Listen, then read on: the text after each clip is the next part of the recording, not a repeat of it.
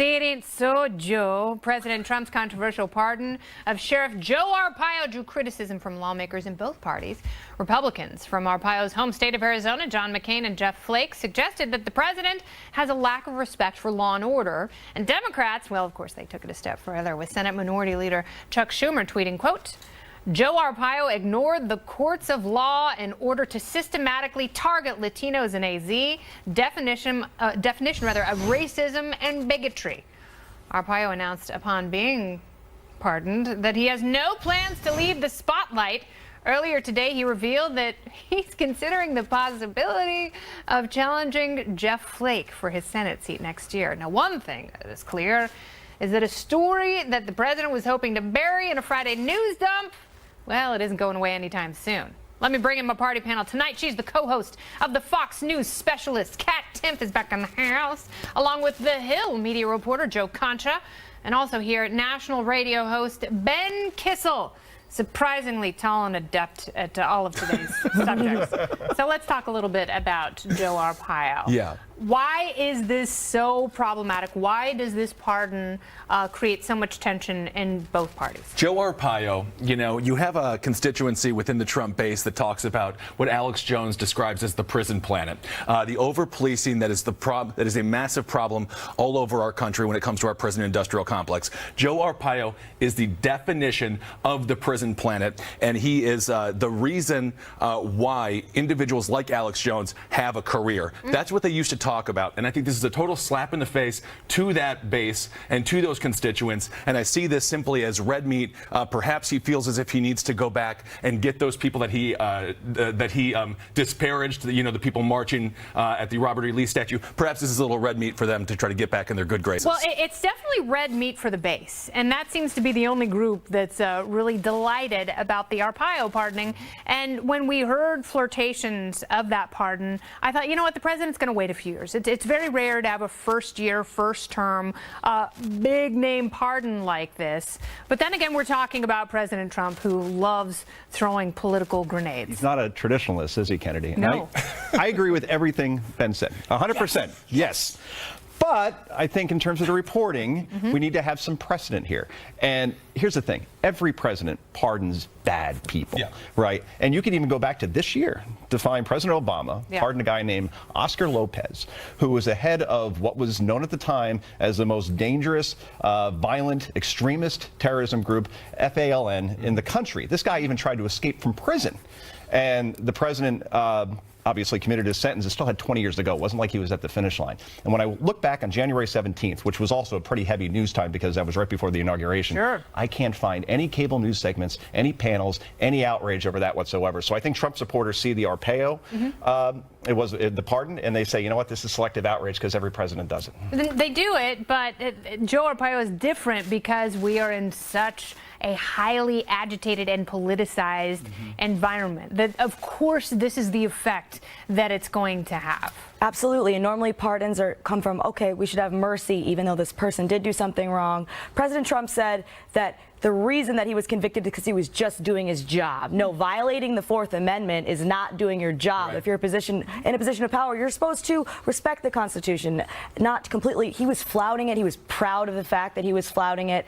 And that just shows a disrespect. People say he did this because he has a commitment to law and order. It shows a disrespect of law and order and the Constitution, saying, hey, it's A-okay. You don't have to listen to that as long as you're one of my bros. Yeah, when you're targeting certain groups for selective punishment, that is not equal protection under the law. And that's what it means to swear to uphold and defend the Constitution of the United States of America. And speaking of the Constitution and these First Amendment rights, that's fine. Peacefully protest. I don't care what side you're on. I don't have to agree with you. But that's not what happened. They were peaceful protests that erupted into violence once again this weekend in the birthplace of free speech, Berkeley.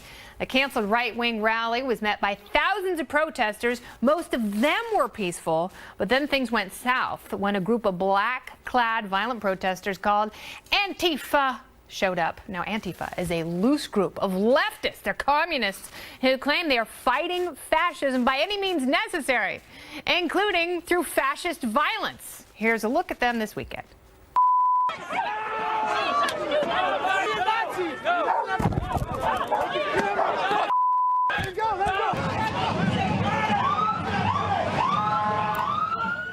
Baby, that is not free speech. So what should we make of these far-left protesters who think it's okay to fight speech they disagree with violence? Kat, I will start with you. Yeah, they say that there's the no hate signs and all of that, but yet they're assaulting people, and they say that they're anti-fascist, and yet they're using fascist techniques to try and control speech. I don't know how a group that has such a clear identity crisis of what it is or what it stands for is even able to be a group at all. It's everyone has the right to peacefully protest. You don't have the right to stop peaceful protesting and speech with violence. Yeah, and that's, you know, one of the basics of libertarianism is don't hurt people and don't take their stuff. They are hurting people. They are committing violence. They are assaulting people they disagree with, trying to silence political discourse that they don't like. That's what fascism is. Let me handle the media side of this again. All right. Reuters called Antifa antitrust peace activists just last week. They had to correct. And if you're going to keep asking Republican lawmakers like Paul Ryan, what do you think of the Joe Arpaio pardon? Then I want to see, and they're not hard to find, Adam Schiff and Maxine Waters of California, do you denounce this? I never hear those questions. Nancy Pelosi, too. Or Some of those Pelosi, Northern for that California matter. lawmakers whose districts are right next door to Berkeley. You know, those are the people who should be standing up. And I guess that's what's so upsetting is, there are Republicans, Democrats, they were right to denounce the white supremacists. They were right to denounce the neo-Nazis. Yes. And that a-hole who rammed his car into a group of counter-protesters trying to kill dozens of people. You are right to do that. We also have to denounce this. Absolutely. And they have to denounce it. One of the few biblical verses that I do believe in is violence begets violence. And we have a situation where the alt-right and the alt-left are coming together, and they are having violent clashes in our communities while people are just trying to live their lives, go about their day, go get a paycheck so they can feed their families at night. This is Saul Alinsky tactics on steroids. They've moved on from this notion that violence against or destruction of property is not violence. Now they've taken that violence and they're actually hurting people. It's a great rationalization that violates several constitutional amendments. But I also think they go to Berkeley because the cops don't do much. Well, they're paying to be there. These college kids are literally paying to go pretend to be activists. It's space camp to them, but the activist version.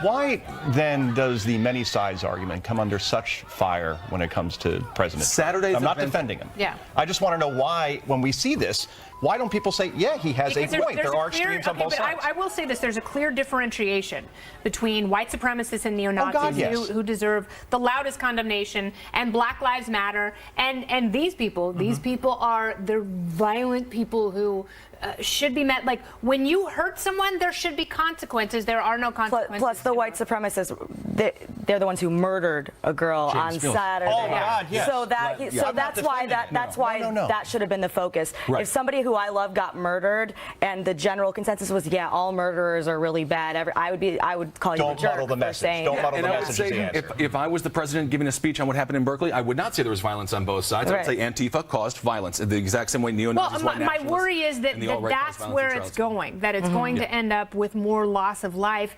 That is not okay. That's not how you change people's minds. And certainly it's not acceptable in this country, the land of freedom and milk and honey. Thank you so much, Ben, Joe, and Kat.